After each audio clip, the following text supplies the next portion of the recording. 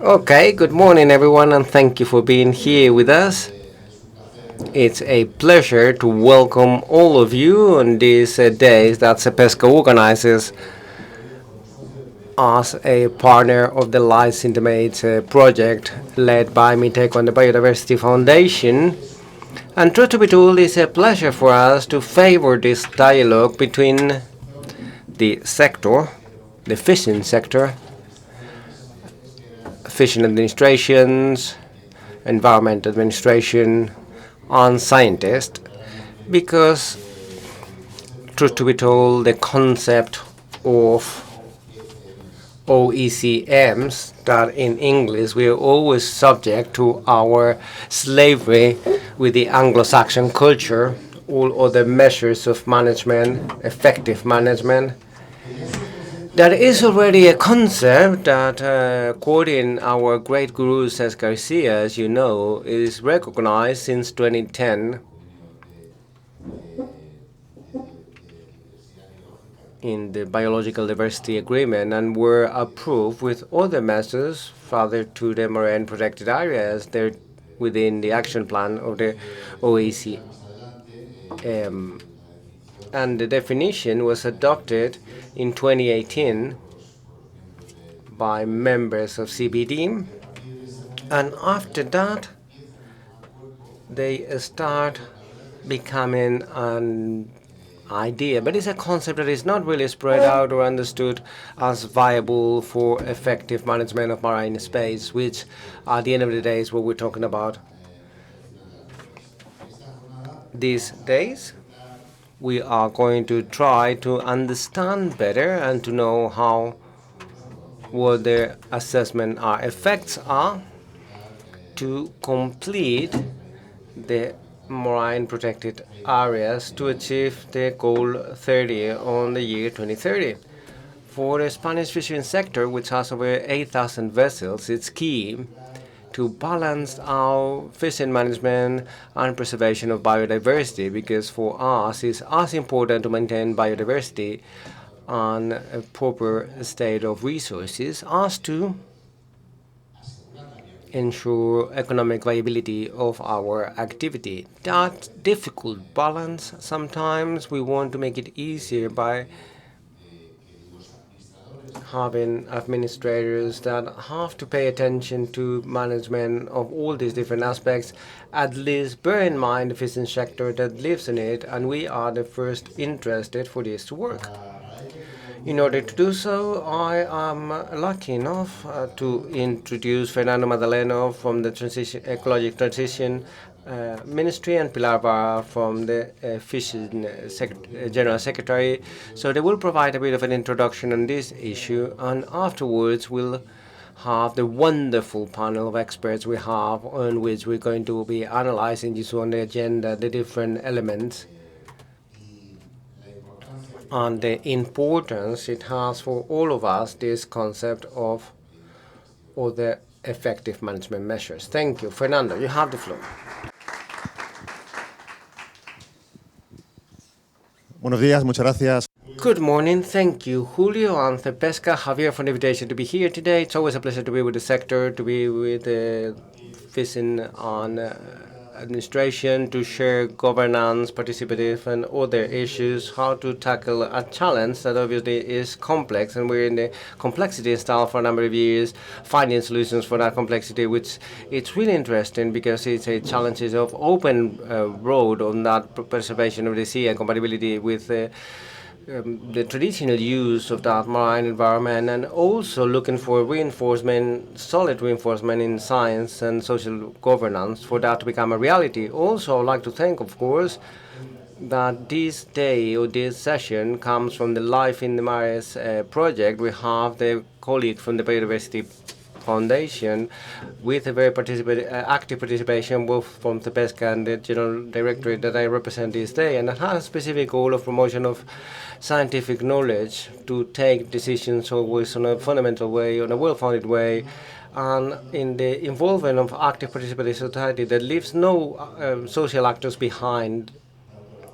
Both science and participation are the main axes on which we base the work for the ministry, and also the foundation, of course, looking for that orderly coexistence, compatibility between preservation and taking advantage of fishery resources in this case. In order to do so, the INTEMARES project developed a huge amount of activity until now, with 25 geographic campaigns on unexplored areas, allowing that there's a direct involvement of over 15,000 people in that governance of what is being developed, with over 1,200 entities that were also involved on this area that produce, among other issues, with tangible results, analysis of adequation and proposal of enlargement of Natura 2000 spaces in Spain that in 2023 became the declaration of 7 new marine areas in Natura 2000 within that network that the ministry is developing and promoting, and that allowed to reach up to 21% of marine protection on Spanish jurisdictional waters, with a goal of reaching 30% that we have by international regulation at the level of the commitment of the UN agreements, European Union, and national agreements on different pieces of legislation that we need to ensure in our country.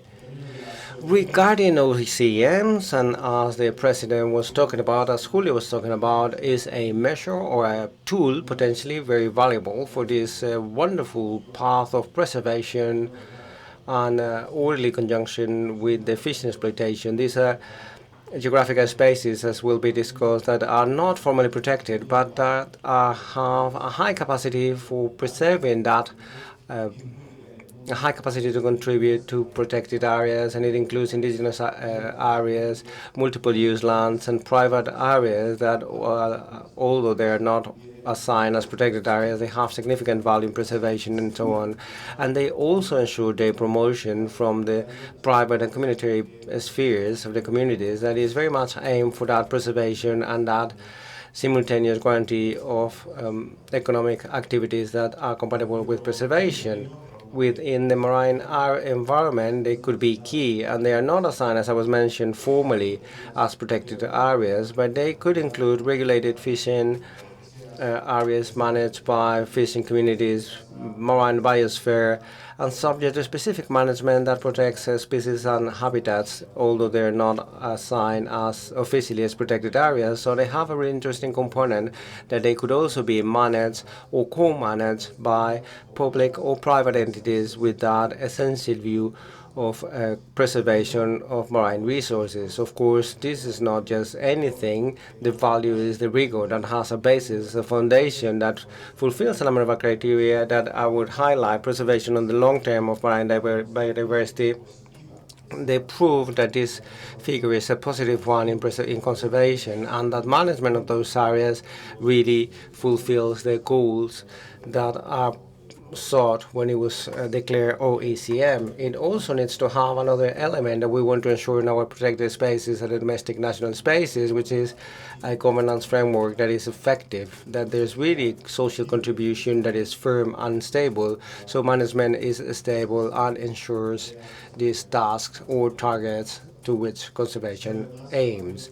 These are also spaces that may contribute as a complement to traditionally protected areas, a really strong complement. Government and the ministry is working a lot on marine protection. Basically, it will be based on protected marine areas, but it could be a very good complement. It could be key that we tackle the gaps that the preservation network leaves through figures like this one of governance, management, with different actors that ensures refuges for marine species, that protects critical habitats in the context that there are a number of obvious threats in marine preservation derived from economic activities, but also from climate change and the derivatives that that has on biodiversity. Also is important OECMs, that they promote presence, so society is involved in that conservation, which is really important as of today. So the communication of that conservation is not so as threat from the administration, but a reality that comes and is sustainable from local communities. So OECMs in some way are a significant contribution, or they can be for the goals that we have set regarding conservation, both at international and domestic and European Union level. To finish, in Spain, we have to highlight that it's also true that there has not been any recognition of OECM formally as such, not on land or marine areas, but we believe it's complementary to the goal of the Heritage Plan and Biodiversity, which is the conducting axis that guides those areas in our countries, and we understand could be and could contribute to better protection of biodiversity in wide areas with a persistence of the resource that in this case we want to maintain, which is the fishing resource. There are different scientific works that will be talked about today that allow to show the role of these areas, limitations that they present, so it's also important to have a debate and a thought technical and social disadvantages and disadvantages. And we also have works underway at the subdirector level, both for land and sea, that is aimed to compile available information as of today in and out of Spain, in Spain and abroad, to develop these conservation figures, the type of monitoring, the type of elements it has to contain to guarantee its goals, and from that we will propose a change of Law 42, in its case, an amendment, if it could happen in the short and mid-term. So OECMs are included, so they have the backup from the regulation, and it is a tangible, real tool that is also complementary to the protected marine areas, that is the conducting assets, but that's not that keeps on adding to the commitment of the ministry. So that's all. Thank you for the session, for the invitation from Cepesca. There are many familiar faces. I believe it's going to be a really high-level phase because of the profile of the public we have here. And I just wanted to recognize the commitment from the ministry in not to exhaust management in ordinary protection, but we have an open mind to any of the figures that are already emerging in the world that really have the ability to contribute to the goal, which is complex and difficult, but that we believe firmly in it, of conservation and orderly coexistence with the fisheries areas in the sea. So, Julio, you have the floor. Gracias, Fernando. Thank you, Fernando, and I apologize because I forgot something really important, that is to thank Nadia, who is our project director within Cepesca, for leading the project and preparing this day. Without further ado, Pilar, whenever you want.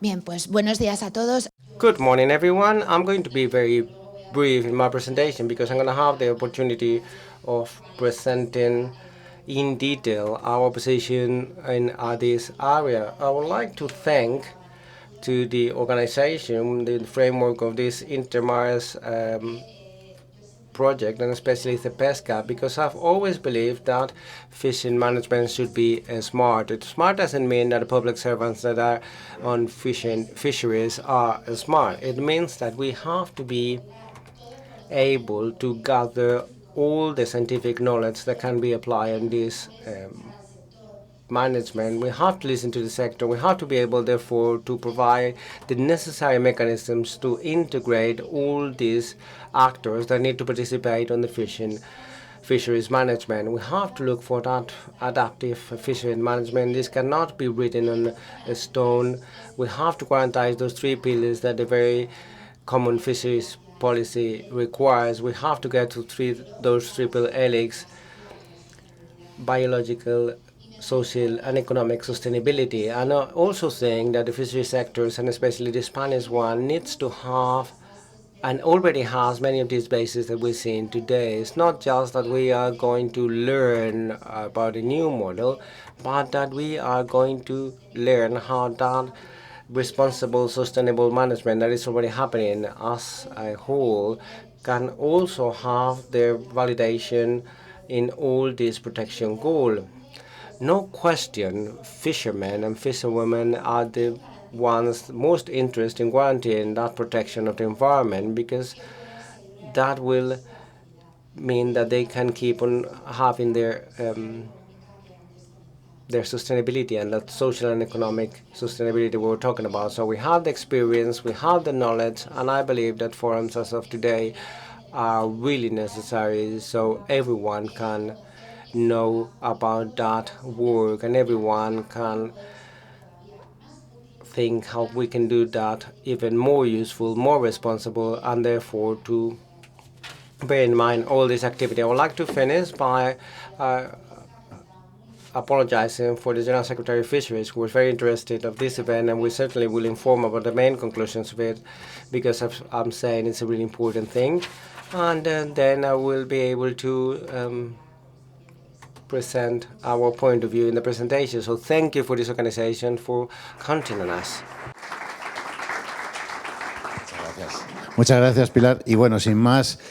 Thank you, Pilar. And now we're going to have the first block. Se me adelanta, el secretario se me adelanta. Invito a Ilias. So Ilias from ABCD, who cooperated from Spain, thank you for your cooperation to organize this event, for having this wonderful panel of experts. Elias, whenever you want. And he's the one who is going to manage the rest of the day. So thank you. Thank you very much for setting the scene, and a warm welcome also from my side to today's event, where we'll be discussing about OECMs. I was thinking this morning that this is actually my third time in Spain. I've been here for a music concert, my best friend's wedding, and this event of today. So I think I've lived a very holistic experience. I'm very grateful for the hospitality. Unfortunately, I'm not able to return the favor back by speaking in Spanish, but that's my promise for next time. So my name is Elias Grampas. I'm working at the European Bureau for Conservation and Development. That is an international environmental organization focusing on sustainable fisheries, aquaculture, and all topics linked with ocean governance in Brussels. And of course, OECMs is a topic that is central to EBCD's work, specifically by coordinating the IUCN Fisheries Expert Group. EBCD has organized many workshops and conferences by linking CBD and FAO, produced various scientific papers, and all in all provided guidance on the complete implementation of a cycle of OECMs. So before we begin, I'd also like to thank all organizers for the organization of the event today. A warm thanks goes also to all of our audience for being with us this morning. And may I ask how many of you are representing a government ministry or government agency? You can raise your hand. So there is different people. How many of you from the private sector, perhaps? The NGO community, research and academia community. All right, and I think I might have missed a few, but I understand there's many partners of the INTEMARES project as well. So I think that goes to show that we come all from different backgrounds, but we have one common interest, that is finding out more about OECMs, finding out more about biodiversity, about effective management of marine space, and last but not least, it's equally important to ensure socioeconomic activities for a sustainable future. So once again, thanks to all for being with us today. And with no further ado, I think what comes next is a video by Amber Himes-Cornell on behalf of FAO on what are fisheries OECMs and how to identify, evaluate, and report them.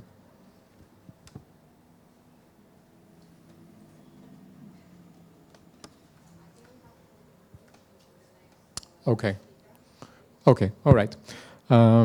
We can do a fresh plot twist by inviting Dr. Serge García to take the floor for his intervention on implementation of OECMs in fisheries, how to get started, and perhaps some words on the quick screening process. So, Serge, you have the floor.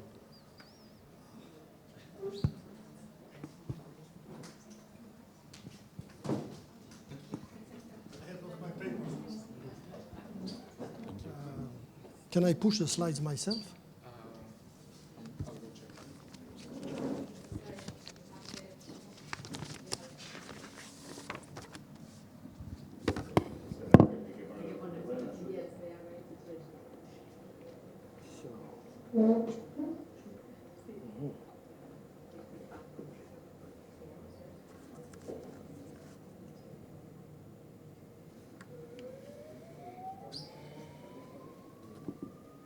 I have to confess that I thought this meeting was going to be in Spanish. So I tried to write something in Spanish using Google a lot. So if you think that my Spanish is a mixture of French, Italian, and Spanish, you are probably right. Okay. Just a brief thing about the title, Otras medidas de conservación eficaces, OMCES. This expression is written in two different ways. Otras medidas eficaces de conservación o otras medidas de conservación eficaces. Y entonces no es muy claro. Pero la más importante. So it's not very clear. The important thing is, how do you call this in Spanish? The abbreviation is not an official one. It doesn't exist. We have the full expression. Good morning. Me siento mucho honrado de tener esta oportunidad de hablar con ustedes. So I'm really proud to have this opportunity of use OMCES on management. These are management tools, and they're going to give him a new microphone because we cannot hear him properly, and because they're recording this. It's better with it. No, I know. Please.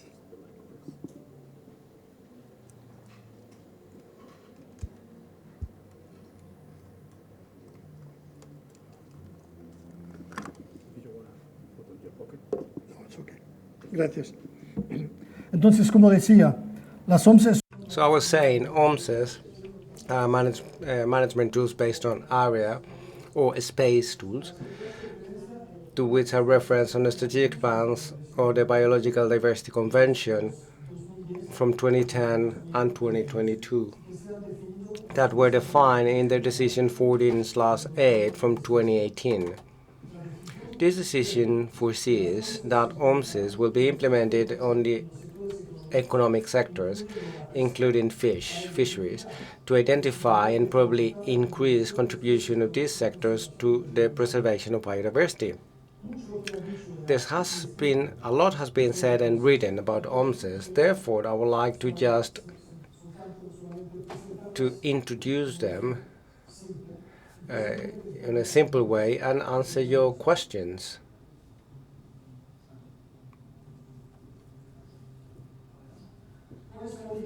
What is the origin of OMCES? In 2010, CBD adopted a strategic plan for biodiversity with 20 global goals to be achieved by 2020.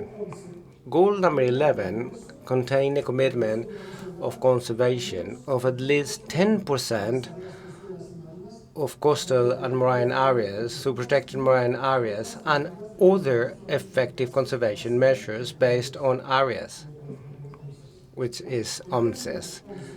The term OMCES does not mean a new area of conservation, but it's an additional applicable tag for all conservation areas fulfilling requirements within the goal number 11, except protected marine areas. In 2020, we got to this goal regarding global coverage, but there were some questions about the achievements regarding effectiveness, equality, ecological representation, and connectivity. Therefore, this goal is strengthened and is specified more on the Global Biodiversity Framework adopted in 2022 for 2030. The goal of this framework reflects a commitment of the CBD parts to get largest coverage of conservation areas of at least 30% of all ecosystem by protected marine areas and OMCES. Goal number 3 also repeats and complements qualitative requirements for conservation areas that were contained under Goal 11 from Aichi from 2010, adding important considerations on territories and rights of the peoples and indigenous and local communities on the sustainable use of biodiversity.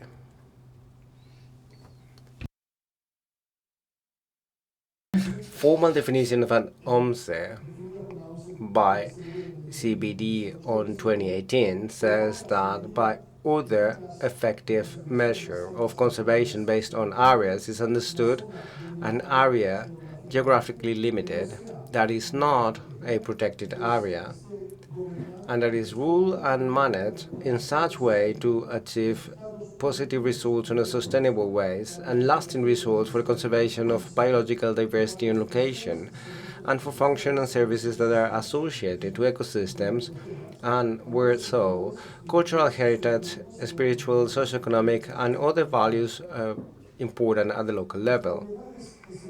The essential properties of ONCEs contained in this definition are developed and clarified under Decision 14A from CBD through optional orientation, ruling principles, and identification criteria. What are the properties required for a potential OMCE? These necessary properties, so the closing of fisheries considered as an OMCE mean refer to the legal nature. The area is not already declared as protected. The location, the area can be located on a map on the surface is known. Its attributes, the area contains biodiversity values, ecosystemic services, and other values that are relevant at the local level. Its governance, which has to be a legitimate one, diversified, just, participative, and sustainable. It could also be shared and biodiversified. Its management, which needs to have clear conservation goals, and is a management that needs to be effective, sustainable, participative, adaptable, and ecosystemic. This management also controls and anticipates threats, considers alternative strategies, integrate OMCEs in conservation networks, and ensures surveillance, monitoring, and assessment of its efficacy. Unlike protected areas, emphasis on OMCEs is on the positive results that are effective and not on the subjective ones that are the initial ones. Furthermore, conservation on OMCEs is not necessarily the main goal. Where can we have OMCEs? It's kind of obvious. OMCEs, like any other space management measure, can be located on the different oceanographic domains and jurisdictions where fisheries operate. On deep waters, the closings could be vertical, covering all the yellow area on the image.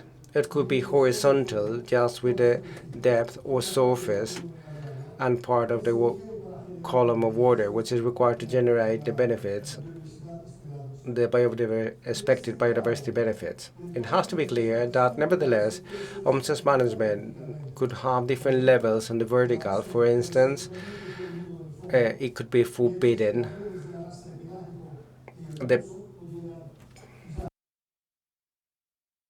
The trawling could be on the depth but not on the surface.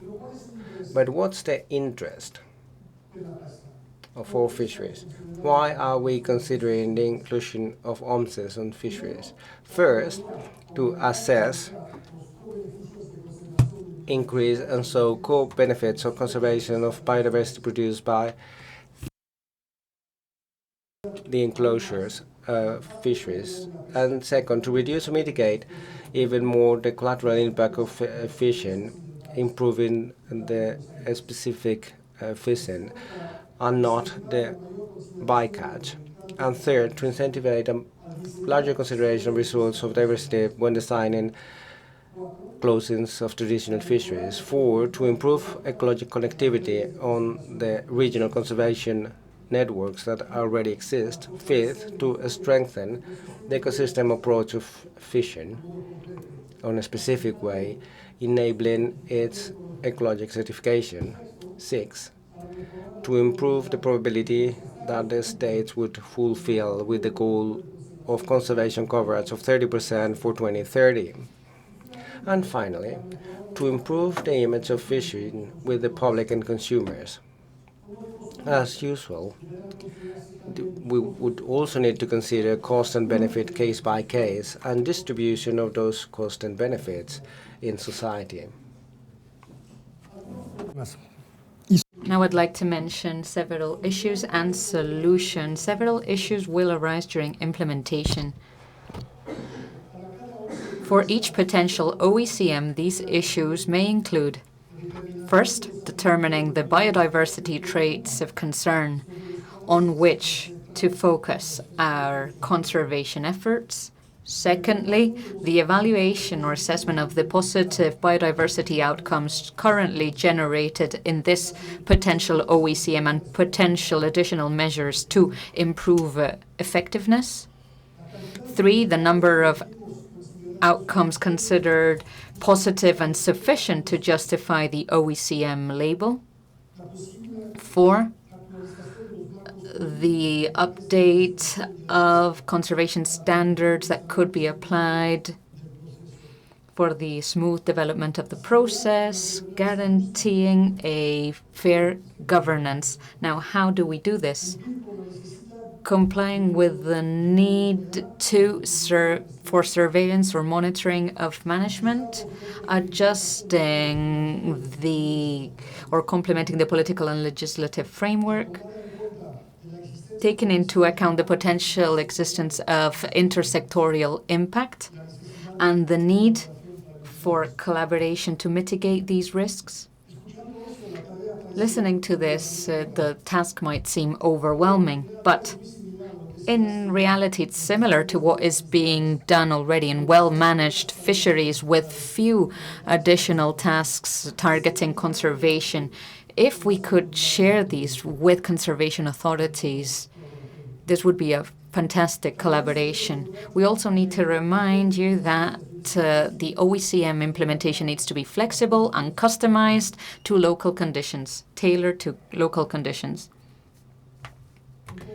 In conclusion, the integration of OECMs in fisheries is a good opportunity for a winning or successful collaboration between fisheries and biodiversity conservation agencies at the national and regional level. In many areas, OECMs can be implemented, adding little to the existing governance frameworks and processes and measures that already exist for fisheries and conservation. Given how slowly the iSheet Target 11 has been addressed, boosting the identification of OECMs in fisheries is likely to be the only way that many states will be able to meet their 30% global coverage commitment at political, financial, and social cost that is bearable and feasible to them. The process has started slowly in a very limited number of advanced states and must spread rapidly, empowering coastal communities and fishing communities and strengthening management partnerships, particularly in developing countries. Thank you very much for your attention. If you have any questions, feel free to ask.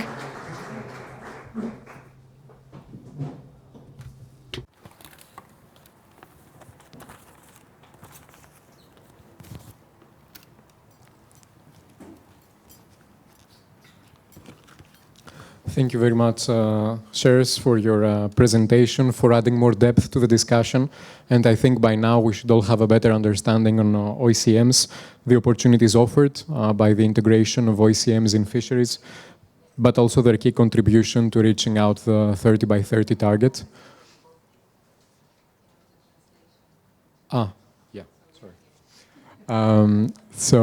Seamlessly we can move ahead with a video of Amber, the video message intervention by Amber Himes-Cornell on behalf of FAO on what are fisheries OECMs, how to identify, evaluate and report them.